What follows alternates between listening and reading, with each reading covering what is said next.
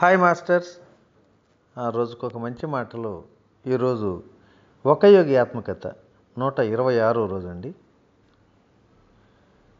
జన్మ తర్వాత జన్మ చొప్పున ప్రతి మనిషి తన దైవత్వ లక్ష్యం వైపు సాగుతూనే ఉంటాడు. అతని నడక ఎంత అడ్డదిడ్డిగా ఉన్నా సరే అతని పద్ధతిలో అతను నడుస్తూనే ఉంటాడు. మానవుడి పురోగతిలో ఆటంకం కానటువంటి మృత్యువు అతడు తన మాలిన్యాన్ని క్షాళనం చేసుకోవటానికి వీలైన సూక్ష్మలోకపు అనుకూలతరమైన పరిసరాలని అతనికి సమకూరుస్తుంది. మరణం అనేది మనుగడను మట్టిపెట్టేది, జీవితం నుంచి చర్మ పలాయనము కాదు, అమరత్వానికి ద్వారము కాదు. ప్రాపంచిక సుఖాల్లో మునిగి తన ఆత్మ నుంచి పలాయనమైనవాడు సూక్ష్మలోకపు సూక్ష్మాకర్షణల మధ్య దాన్ని తిరిగి వశం చేసుకోలేడు. అక్కడ అతడు కేవలం సూక్ష్మతర అనుభూతులను, మౌలికంగా ఒకటే అయిన సుందరమైన, మంచివైన, ఇతోధిక సంవేదనాశీలమైన అనుభవాలనే కూడబెట్టుకుంటాడు. సంఘర్షించే ఆ మానవుడు ఈ స్థూల ప్రపంచమనే రాగిరేఖ మీద ఆధ్యాత్మిక అభ్యున్నత అనే అక్షయ సువర్ణాన్ని శుద్ధితో సాగొట్టాలి. దురాశాపూరితమైన మృత్యువుకు స్వీకారయోగ్యము ఏకైక బహుకృతి అయిన కష్టపడి సంపాదించిన బంగారు నిధిని చేతబట్టుకొని మానవుడు భౌతిక పునర్జన్మల ఆవృత్తుల నుంచి చర్మ విముక్తి సాధిస్తాడు.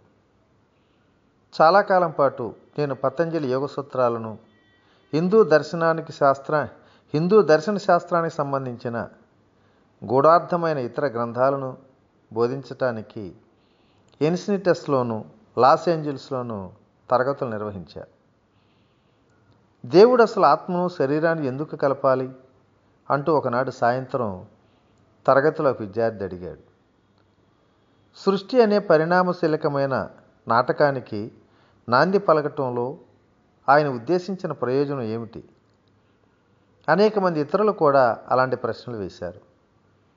వాటికి పూర్తిగా సమాధానాలు చెప్పటానికి తత్వవేత్తలు ప్రయత్నించి విఫలయ్యారు కూడా. కొన్ని రహస్యాల్ని అనంతకాలంలో ఛేదించడానికి వదిలిపెట్టు అంటుండేవారు శ్రీ యుక్తేశ్వర గారు. మానవుడి పరిమిత తార్కిక శక్తులు ఎవరి వల్ల సృష్టి కాని కేవలం పరబ్రహ్మకు గల అనూహ్యమైన ఉద్దేశాల్ని ఎలా అవగాహన చేసుకోగలుగుతాయి? దృశ్య జగత్తులో కార్యాకారణ నియమం చేత బద్ధుడైన మానవుడిలో ఉన్న వివేక శక్తి ఆద్యంతరహితుడు, కారణరహితుడైన ఆ దేవుడి చిక్కుముడిని చూసి గాబరా పడుతుంది. మానవుడి వివేకం సృష్టి రహస్యాల్ని భేదించలేకపోయినప్పటికీ భగవంతుడే భక్తుడి కోసం ప్రతి రహస్యాన్ని చివరికి వెల్లడి చేస్తాడు. జ్ఞానం కోసం చిత్తశుద్ధితో తపన చెందేవాడు దైవ పథకంలోని ఓనమాలు కొన్ని సవినయంగా సాధన చేస్తూ అన్వేషణ ప్రారంభిస్తాడు. అంతేకాని జీవితపు ఐన్స్టీన్ సిద్ధాంతం తాలూకు సునిశ్చిత గణిత రేఖాచిత్రం తనకు ముందే కావాలని కోరడు. మానవుడెవడు అంటే కాలం అనే మాయకు సంబంధించిన సాపేక్షతలు గల మర్త్యుడెవ్వడు కూడా ఎన్నడూ దేవుణ్ణి చూడలేడు.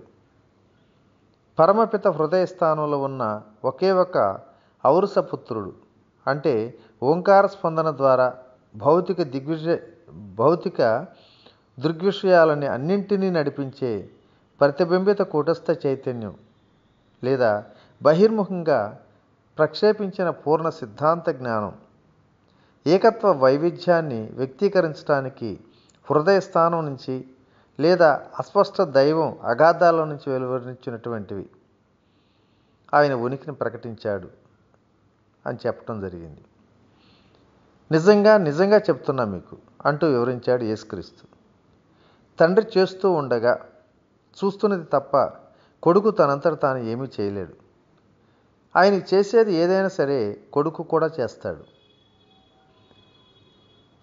దృగ్విషయక లోకాల్లో దేవుడు తనంతట తానుగా ప్రదర్శించే త్రిగుణాత్మక ప్రకృతిని హిందూ పవిత్ర గ్రంథాల్లో ప్రతీకాత్మకంగా చెప్పడం జరిగింది. సృష్టికర్తగా బ్రహ్మ, స్థితికారకుడిగా విష్ణువు, లయకారకుడిగా శివుడు, ఈ మూర్తిత్రయం కార్యకలాపాల్లో స్పందనశీల సృష్టి అంతటా అనంతంగా ప్రకటితమవుతూనే ఉన్నాయి. కేవలం పరబ్రహ్మ మానవుడి మనోగోచర శక్తులకు అతీతమైంది కనుక వైష్ణిక హిందువు ఆయన త్రిమూర్తుల పావన రూపాల్లో ఆరాధిస్తాడు. అయితే భగవంతుడి యొక్క విశ్వ సృష్టి స్థితి లయ కారక స్వరూపమైన పరమావస్థ కానీ కనీసం ఆయన మూల ప్రకృతిని కానీ కాదు. ఎంచేతంటే సృష్టి అన్నది ఆయన లీల, సృజనశీల క్రీడే. నియమబద్ధమైన అణుప్రవాహంలో వ్యక్తమైన ఆయన బాహ్య ప్రకృతి ఆయన్ని బయలుపరచకుండా కేవలం వ్యక్తీకరించడం మట్టుకే చేస్తుంది కనుక త్రిమూర్తుల రహస్యాలన్నింటినీ గ్రహించినప్పటికీ కూడా ఆయన అంతర్నిగూఢ మూల స్వరూపాన్ని అవగాహన చేసుకోవటం సాధ్యం కాదు. కొడుకు తండ్రి దగ్గరికి చేరినప్పుడే ఈశ్వరుడి చరమ ప్రకృతి తెలుస్తుంది. విముక్త మానవుడు స్పందనశీల లోకాలని అధిగమించి స్పందరహిత మూలతత్వంలోకి ప్రవేశిస్తాడు.